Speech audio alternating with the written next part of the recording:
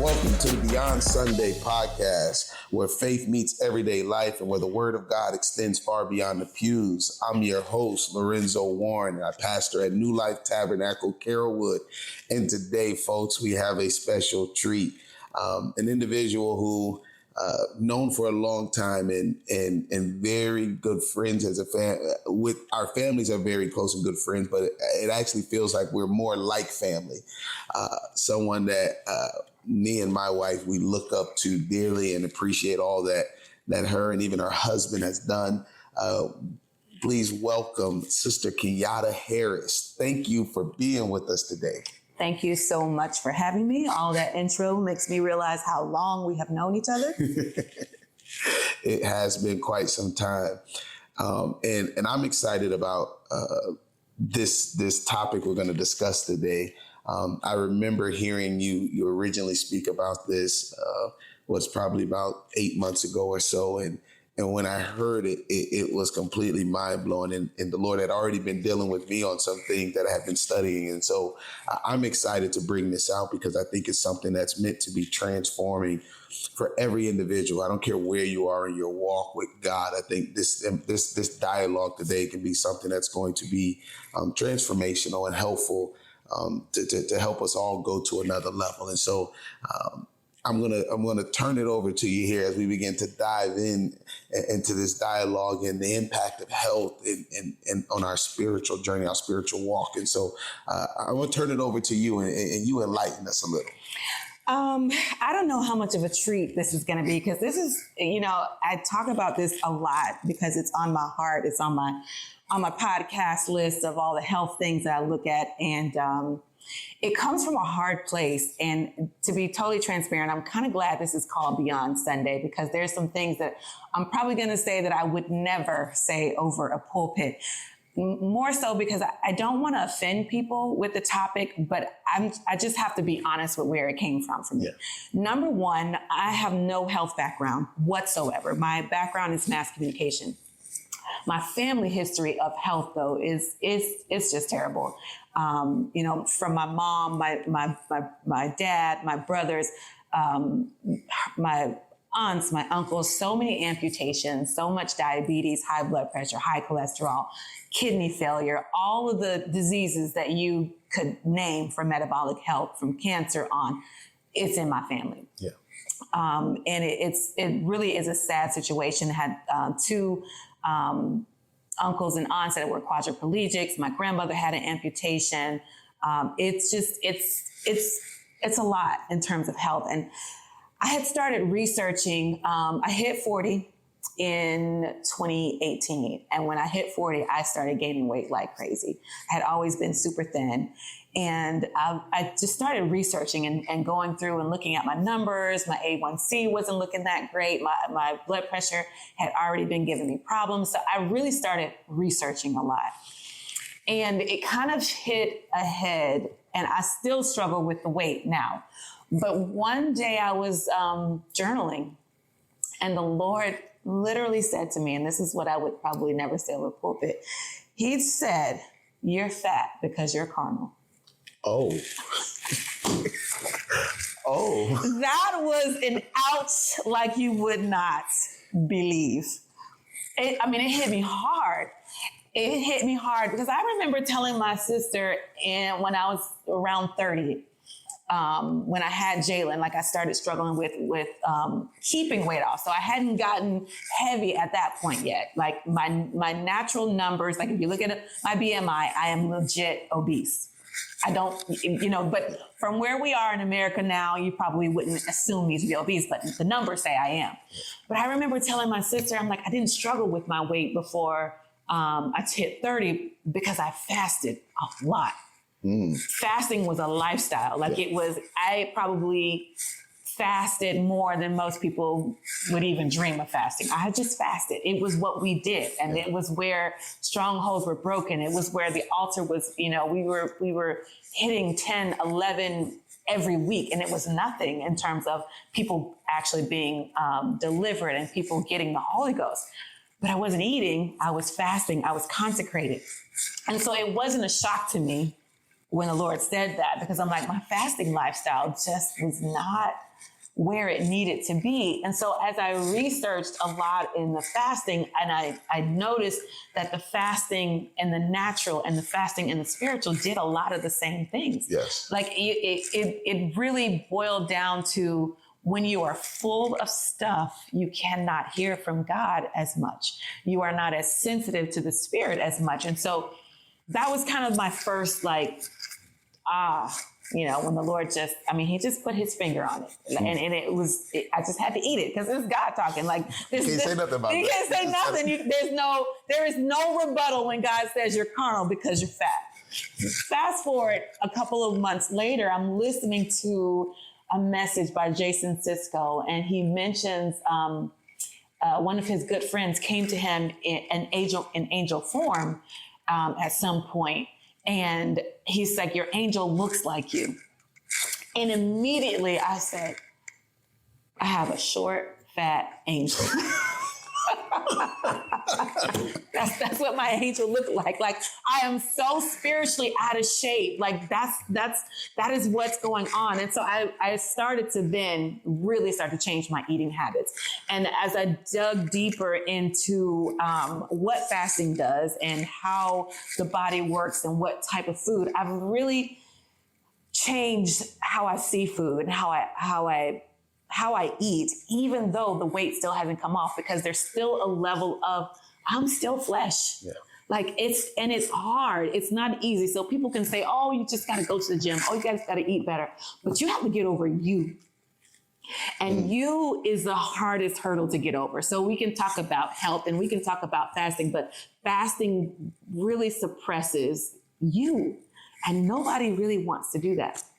You know, it's funny, as you've been talking about that, and you said something, right, that how fasting naturally and spiritually really do the same thing, right? And it's really helping us get over us. But even that takes a whole mindset shift, because we still think we fighting the devil on everything. And we're not. We are fighting us. There are times, like, I have, when I used to fast back in the day a lot, it was because I wanted to fast. It was because my mind was made up and I just needed to do this thing. Now I'm realizing I need a whole lot more impetus. I need outside force to make me fast. Like, I have never broken a corporate fast. I'm fasting, it's a corporate fast, not gonna break it.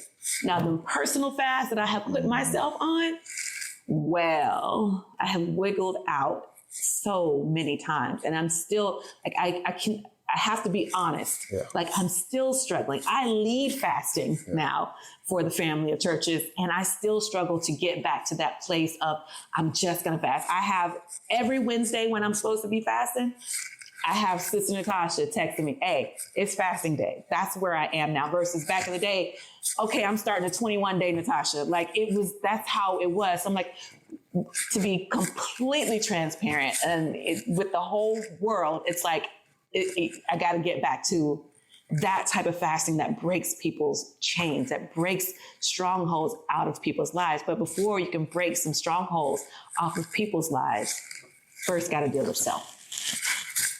First got to deal with self. And that's hard. And that is the reality of how our health, like, legit affects. So if I could get myself under control, if I can say, you don't eat that hamburger, you don't eat that French fries, now I can say, devil, sit down. Now I can say, devil, you move. But until I can control self, it just can't happen. Wow. So yeah, you're right. There's nothing fun. There's nothing fun about this topic. And I think even, as I begin to unravel, there's so many layers of how our health is impacting us right now. I started my descent into support health in probably 2015. I was about 35 years old, somewhere around there. I can't do math right now, but in any event, the first time I went to the hospital for high blood pressure was in 2015. I remember, though, is that my sister had a Labor Day event, and I ate all the sugar you could imagine. I ate the peach cobbler, I ate the ice cream, I ate the pound cake, I ate the whatever. And I literally woke up with a sugar hangover the next day. I had to Google. I was like, is there a such thing as a sugar hangover? And there was a such thing as a sugar hangover. The problem is it wasn't just a sugar hangover. It is the whole thing that comes along with the sugar. So that was probably my first introduction, but my body had probably been saying for years, hey, you're eating too much carbs, too much sugar, too much whatever. And your insulin is starting to build up. Yeah. And your insulin starts to build up, your blood pressure starts to raise, your triglycerides start to go up, your cholesterol starts to go up. So it's like a mountain of things that start with really just one thing, and that's really overeating. It's overeating. And there's a sin called gluttony that we generally don't hear a lot about. It's hard to preach about what we're living in, huh? It's hard. It is not easy. So and I think because we don't deal with it, we deal with it in other ways and we ignore it. Yeah. We act like it doesn't exist, but it's affecting us on a spiritual level that we can't even contemplate. We've got sickness. We've got hospital visits that we got to do because somebody, didn't take their meds or whatever. So it's actually taking resources from the body because we're killing ourselves with the stuff that we eat. That's a very interesting point you make there, because when you think about, as I'm just thinking about my ministry, right? I know there are people that have much longer time frames of doing this, but I can tell you I've never been to a hospital visit for a natural accident. Really? It's mostly some of this metabolic stuff that we really have control over if we wanted to. Now, some of it is ignorance. Yeah. But some of it is we just not want to eat right. I like my donuts instead of fruit for breakfast. I like, the pizza. Somebody was asking me the other day about, me. I know you don't eat junk food. Junk food tastes good. It tastes amazing. It tastes good. I am not one of those natural people that are like, oh no, just give me the kale no.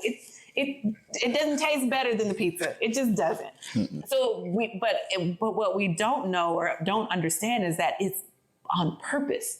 Those things, food, chemicals, and processing has been designed to be addictive.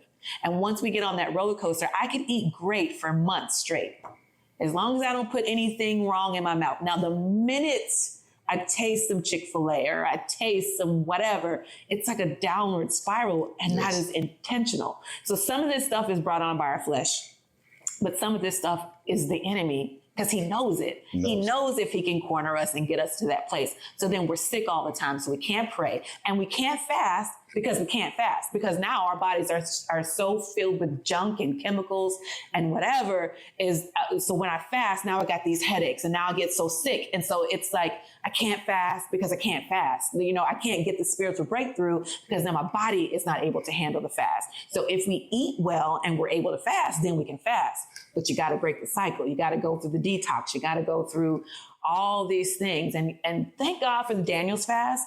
But I don't think that is what is really going to get us to the next level of revival. No. I just personally don't. I can concur.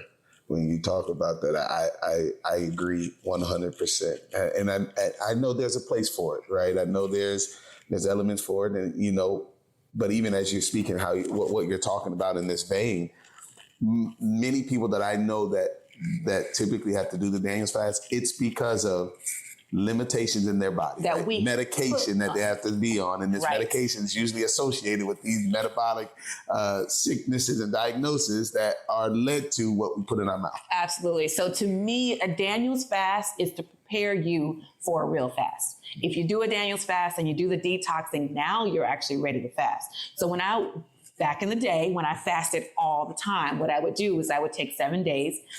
I would do 2 days of a Daniel's fast. I would do a 3-day water fast, and I would do 2 days off of a Daniel's fast to just get my body back ready for real food. To me, that's the place for a Daniel's fast. Where if you're doing a long-term fast, even then, I feel like somewhere in there, you should be able to do a 3-day water fast if you're doing the Daniel's fast right. Because, I've seen some Daniel's fasts that, they're just as dirty as a regular diet. But I feel like it's a tool. The Daniel's fast, I'm not against it, but I feel like it's a tool to get you to the next stage. So every time you do a fast, you really should be able to press into the next level of fasting. If you always do the Daniel's fast, then your body just gets used to eating clean vegan at the end of the day. And plenty of unsaved people eat that way on a regular basis, yes. or saved people for that matter. You can eat that way for life. But if you're going to really be getting the benefits of fasting, you're going to have to eventually get rid of everything. And it's just be you and God, you and water. Because you got to sacrifice. Because you have to sacrifice. That's really what that boils down to. Because Daniel's, there's a part where, again, we can become gourmet chefs on a Daniel's fast. Gourmet chefs on the Daniel. And it tastes amazing. Absolutely. And not that I don't think, I'm not one of those people that feels like fasting has to be suffering. Yeah. If you are properly prepared for a fast, you should be able to go through a fast without much physical ailments. But there's still a measure of a mental duress, of the mental, hey, I'm choosing not to do this. There is a level of sacrifice that just because I don't want to, or I want it, but I'm saying no to it. But if your body is in good shape, a 3-day fast should not be that strenuous. What's funny is, it's funny you bring that up. Because I know I'll personally get to certain places in fasting where it has nothing to do with the body at that point. Like my body is cool. Mm-hmm. To the time, sometimes it's like, do you even want to break fast, right? Like my body is okay body with is it. Good. But there'll be times you're sitting there and your mind thinking like, yeah, some chips would be good right now. like where did that come from? Not eating is stupid. Like who doesn't eat? Like, you're supposed to eat. It's a mental thing. It is the devil speaking. It is your flesh just wanting to break. It is that spiritual, the spiritual climax that you're trying to get to, that the enemy is trying to say, nah, you're not going there. So it is a mindset thing, but the body should not be the reason why you can't do a 1-day fast, a 6 to 6. 12 o'clock, I'm breaking the fast. No, that's flesh. That's flesh. And it's a lot of times it's flesh because it's painful because of what we've eaten or what we've not done. We're not physically in shape. And so we have all these symptoms and these detox things going on, and it's terrible. And so we're like, well, no, I'm not doing that again. But not doing that again is keeping us from our breakthrough. So let me ask you this, and I don't know if you might tap on this a little bit later. So just let me know. We'll keep going. For the people that do deal with that, right? Because, you hear a lot about that, right? I'm in this type of pain, I'm dealing with this. And yes, we know it's detox. But how much of that is, okay, do they need to make some type of shift in that moment? Or how much of that is, no, you just got to suck it up, buttercup? Honestly, it really does depend on the state of your health. Like if you have full blown like diabetes or high blood pressure, whatever, you need to take your numbers. You need to be mindful of, you have a level of physical problems that you need to be mindful of, all of those things. So if your blood pressure is dropping too low or going too high, if your sugar is dropping too low or what have you, you do need to be mindful of breaking it. However, here's what I've noticed.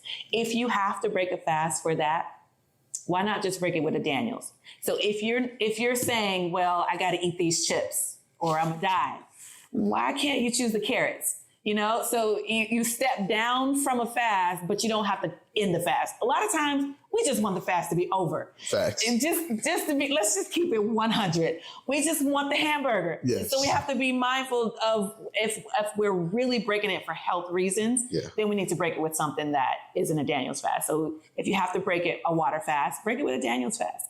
If you have to, I just want to say, if you have to break a Daniel's fast, you don't have to break a Daniel's fast. There's no reason to break a Daniel's fast. If you're breaking a Daniel's fast, it's because flesh.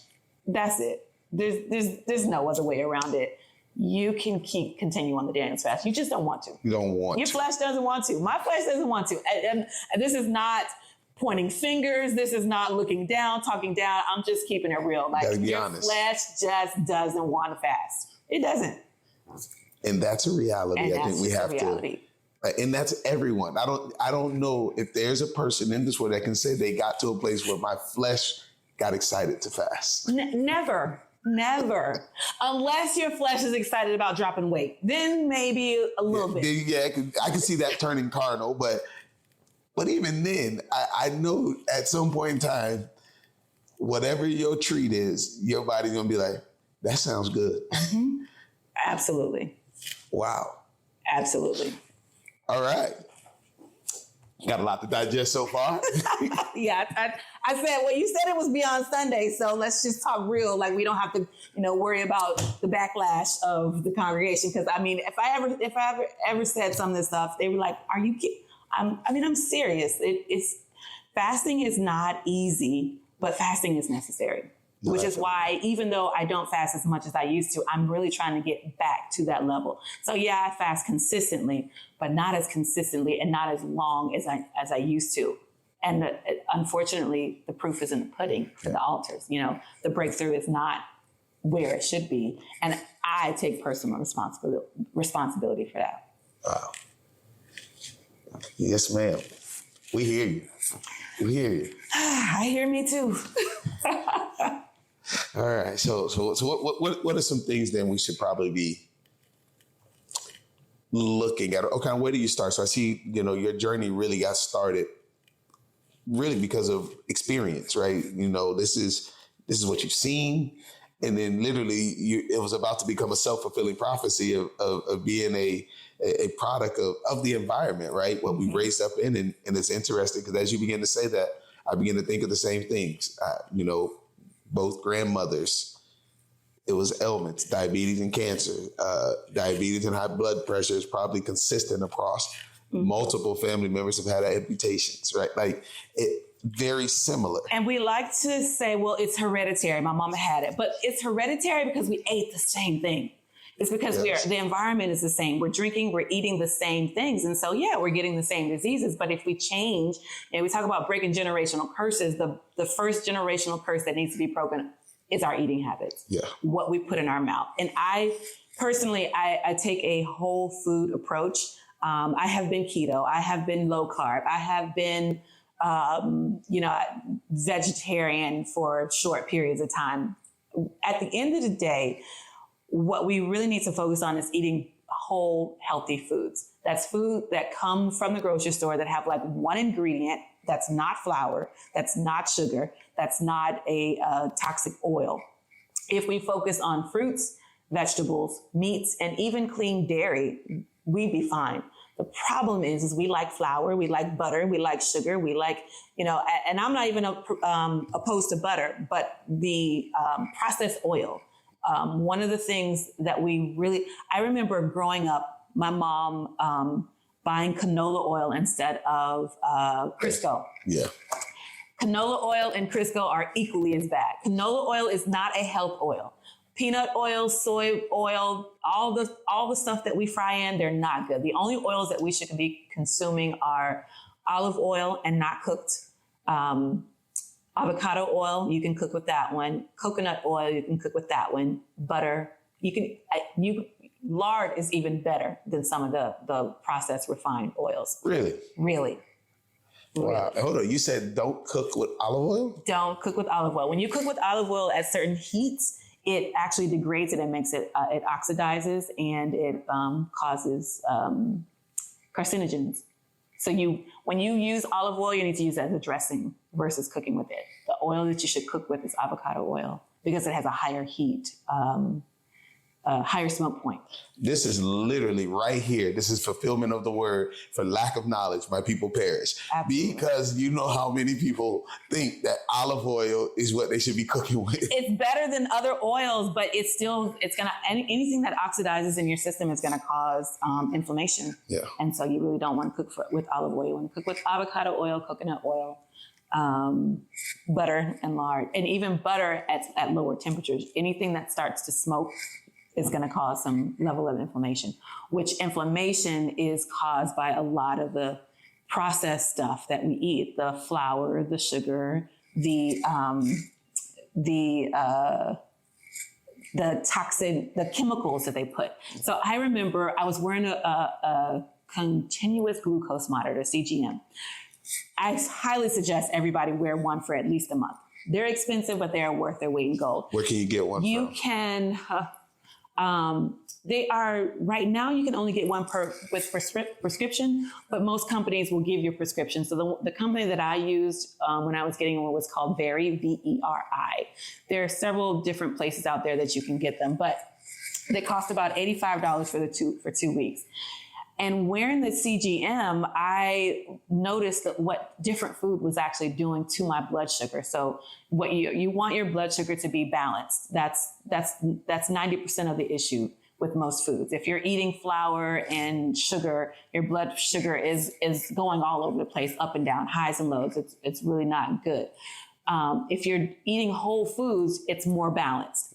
I remember not eating anything one morning, and I had a cup of coffee, and I had a cup of coffee with only cream. I didn't have any sugar.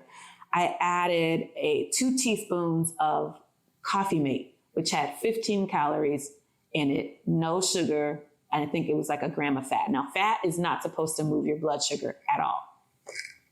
I drank that coffee and my blood sugar shot up 30 points. But there's nothing in here. But it was because the whole bottle of creamer read like it was like 50 different ingredients in it. It's all the chemicals that was in the creamer that shot my blood sugar up. So sometimes you think, oh, this is good, and it's not. So if you wear a CGM, it will help you identify this food is good for me, this food is not good for me, and you could see it on a screen.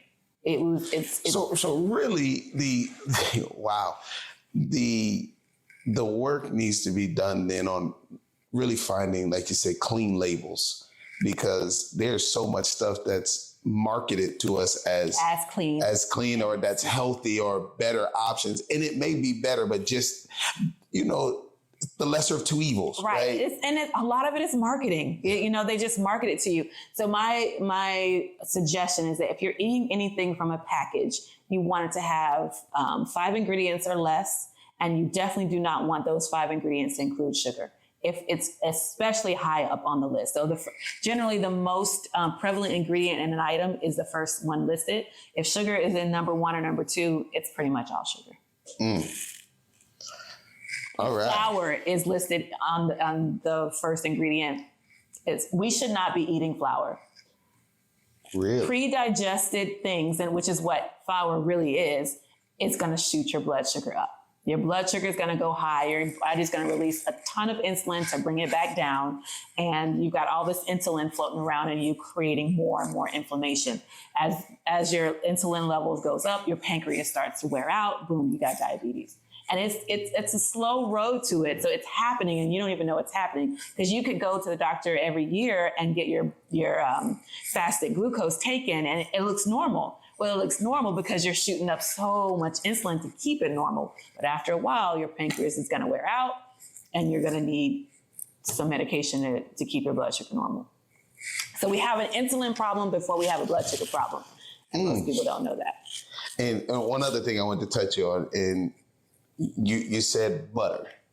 Now, you're talking about butter where most people, we look at Country Crock as butter. Butter is butter that comes from a cow. Country Crock is an oil that they have emulsified to make it look like butter. Correct. Butter, and really you should, and I'm going to say butter, but really it should be grass-fed organic butter. That's like, if you're going to eat butter, you really need to be eating grass-fed organic butter. But butter is still better than margarine. Yeah.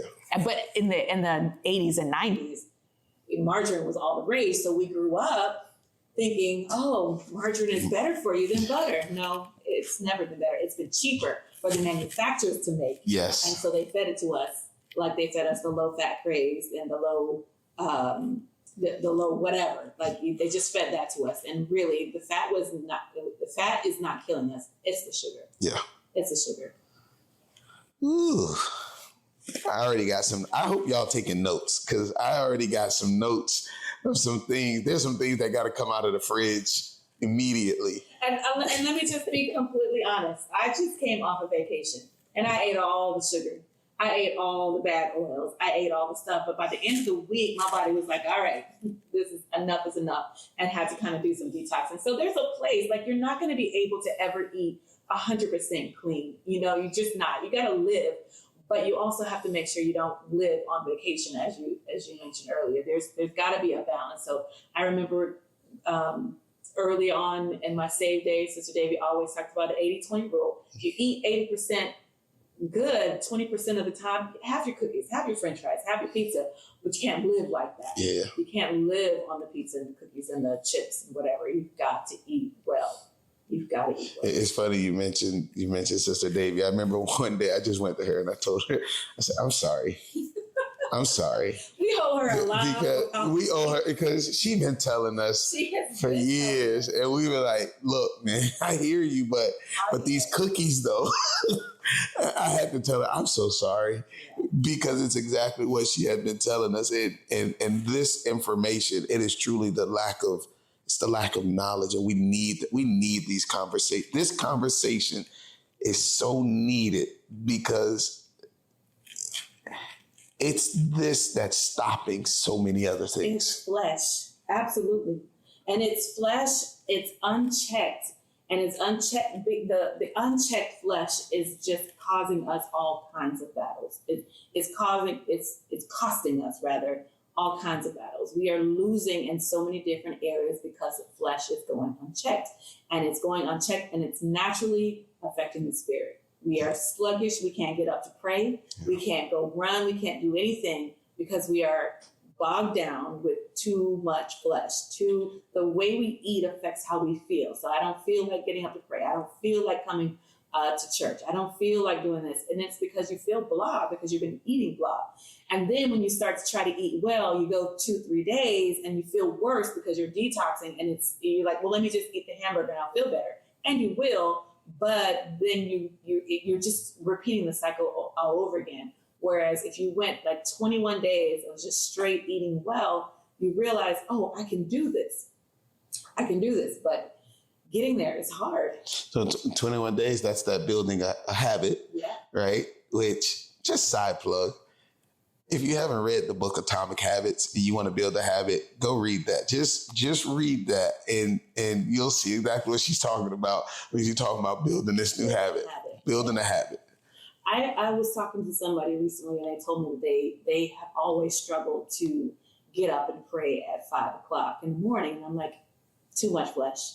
I know for a fact, this is not even something that I can guess. There's no scripture for it, but I know it because I've experienced it. Whenever you are struggling in your prayer time and you're oversleeping, it's because you need to fast. You need to put your spirit in check. If you fast, your spirit will come alive and you'll pop up, you'll wake up, and you'll be able to pray. Simple as that. And if you needed a secondary test, do this. Let your job day start at 5:30. I guarantee you can wake up at 4:30 to get up and get out and get on. Guaranteed. So it is absolutely too much flesh. Too much flesh. Too much flesh. Whew. So let me ask you this. On the, I know you mentioned the detox is something that we deal with, right? What is that? What does some of that look like? Or what are some of the things that go into that? Because you know what these words, again, trigger some of the very natural things you deal with. We're literally, many people, they look down on drug addicts, but it's the same experience, right? Absolutely. The reason why the heroin addict or the crack addict eventually just goes and takes the hit because of what their body is doing when they don't get it. Okay, so let me hit this from two different areas. Number one, the symptoms. You're going to have headaches. You're going to have the cravings. You might have skin irritations. You might have digestive issues. You might not be able to think straight. Like legit, it is just like detoxing from a drug, because it is.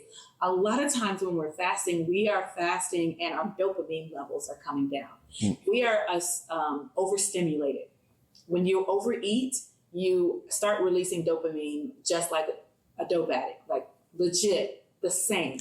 Wow. The same dopamine the hit that you get when you pick up your phone and you get notifications is the same dopamine that is released when you're taking cocaine. And so all of those mental aggravations and the distractions that you're getting when you're fasting, it's the same thing, which is why it's an addiction. The interesting thing about it is when you hit the 48-hour mark of a fast, of a water fast, of a clean water fast, your dopamine levels reset. Wow. your dopamine levels reset. So I've heard of stories, like I remember listening to, and this is a natural podcast from a doctor, not a spiritual person that was telling this story, that there was a woman who had been dealing with depression for 50 years. And she went on medication after medication. She went to psychiatrist after psychiatrist. She did 5 2-day fasts and 1 5-day fast off all meds. Wow. Because, the Lord told us that if we fast, our health would break forth. We just didn't know why. Now we have the science to prove that the fasting actually changes your chemical makeup. So after the 48 hours and your dopamine levels reset, you literally have a clean slate. If you can keep the clean slate, you still have to continue.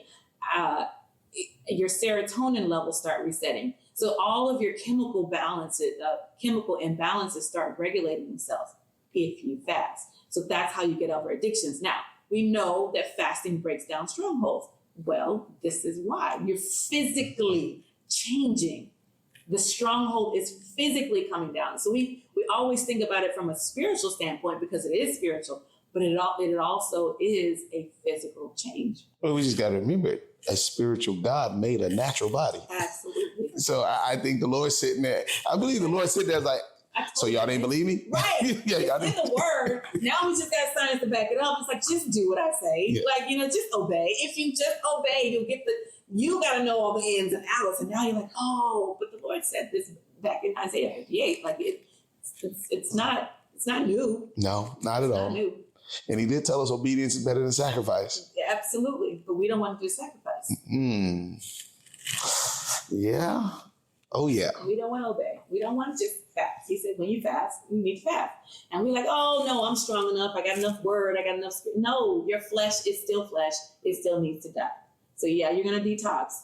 You're going to have the symptoms, but eventually you're going to break free of those symptoms and be able to break through physically and spiritually. Wow. Somebody should be going on a 2-day fast starting. Well, you got to prep a little bit. So give yourself 2 days. By Thursday, you need to be on a 2-day fast. Yeah. I mean, just the health benefits in general. After a 3-day fast, your immune system resets. So really, people have been healed of cancer simply by doing series of 3-day fasts. When you hear of stories of people curing cancer, I mean, it's all over YouTube. They go on long, extended water fast. Water fast cures cancer. It just does, because when we're fasting, if we fast on a consistent basis, after between 17 and 18 hours, depending on your metabolism, you go into what's called autophagy. In autophagy, your body begins to actually eat nascent or rogue cells, things that have started to go bad or age or old. Your body begins to eat those things. Well, when you're eating those things consistently, and it's getting rid of recycling and bringing new cells back to health, you're getting rid of cancer. So the more that you fast, the more that your lifestyle is a life of fasting, is a lifestyle of health. Now, you can't fast if we're eating junk, and the junk is what's causing cancer. So it's like it's such a cyclical thing, and it's basic, but the basic is hard. Even good night.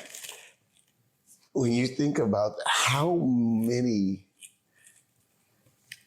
I don't even know, the best thing to think of is how many spiritual calisthenics are we jumping through and trying to figure out, right, the routine and the things. Change.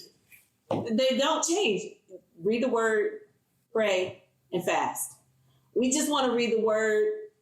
No, we don't even want to do that. We don't want to read the word. We don't want to pray. We don't want to fast. We just want to come to church, let the preacher give us the word, eat on that word, and be good. But the basics, reading the word, praying, and fasting. One time, even with that, one time the Lord was dealing with me with and the term that came to my mind was, if you're not careful, you become spiritually bulimic. Where you're gonna digest this word. I mean, you're gonna take in the word, but you're gonna get rid of it before you ever digest it. Wow. And that's literally kind of what the cycle of going to church, hearing that word. But because in order to digest it, you gotta let that thing sit in and start working and doing some things. And when it begins to work, it's going to start addressing the things that maybe I don't want to be addressed because it tastes good, it feels good, I like that. Right. And so what do? I when you just cast it out of your mind, you forget about it, you mark it off. Okay, you just upchuck that seed that was planted. I remember my brother was roommates with Brother Tekemarian's son from Ethiopia. Really? In the early 2000s at CLC. And one of the things that has always struck me is that he said that in America, we don't see prophecies come to pass because we don't fast for the word. We hear a prophecy and we're like, yay, that's amazing and I'm going to see it. And he said, but in Ethiopia, they would take that word and they would fast. They would eat the word and they would fast. They would go into a time of consecration until it came to pass. So they brought the prophecies to pass by doing something. So we hear it, but we don't do anything with it. And they fasted. And we know the results of Ethiopia's revival. We do. Wow.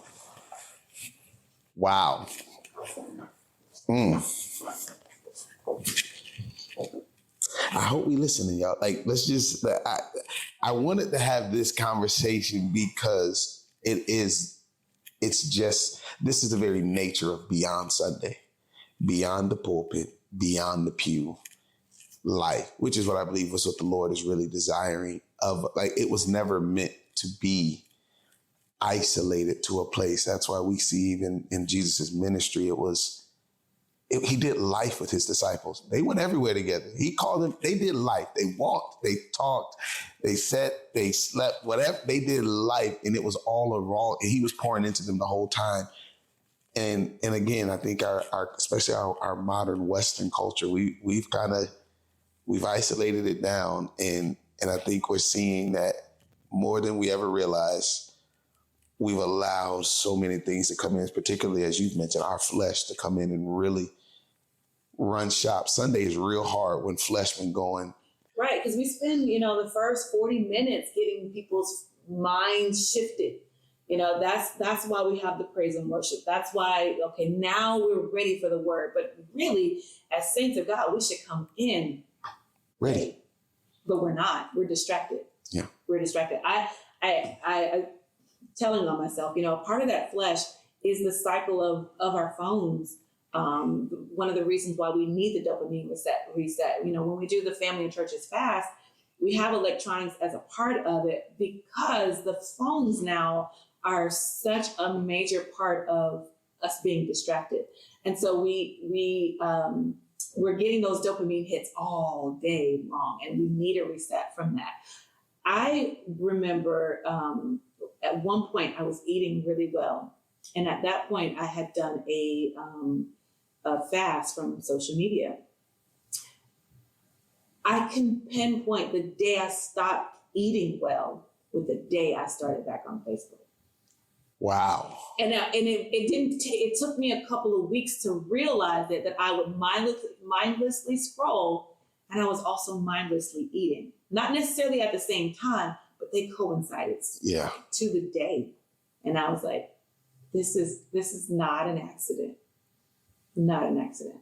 And mind you, I don't have any friends that's showing anything crazy on Facebook. It's just you get lost in the scroll. Yeah. You get lost in the entertainment. Sometimes I'm on there. I love my church communications group, the Subsplash group. I'm on there. I'm answering questions like I owe them people. They owe me a check, the amount of answers that I give, because it's just my nature. But you just get stuck on there. And it's by design. Yes. All that stuff is designed to suck you in, to steal your time, to steal your focus away from hearing from God. And it goes hand in hand. It's flesh. It's feeding your flesh. Well, listen, this conversation is not over yet. It is not over yet. We've only scratched the surface here. But I think the thing that you can begin to realize so far, I want you to really understand this. In this dialogue, you have not heard any deep theological dissertations come forward, but you've heard information that will absolutely transform your spiritual life. And it has to do with what we're doing naturally as well. They coincide, they go together. And this is so needed, man, because we are dying. And that's naturally, but we can't think we're dying naturally and it's not affecting us spiritually. And I know someone's thinking in your mind, well, the Bible says it's appointed that every man wants to die and after death judgment. And you're right, we are going to die, but we also not supposed to kill ourselves. Right. And that's what we're doing. And so I want to, there's so much more to unpack here. And we're going to. But this is just part one. So you're gonna have to stay tuned because there's so much more to grab a hold of, and I don't want anyone to miss this. This right here is something that can truly revolutionize our walk with God. And so we're gonna pause right here, but believe me, we are coming back to continue this dialogue. And so until next time, this is Beyond Sunday, and can't wait to pick this conversation back up. God bless.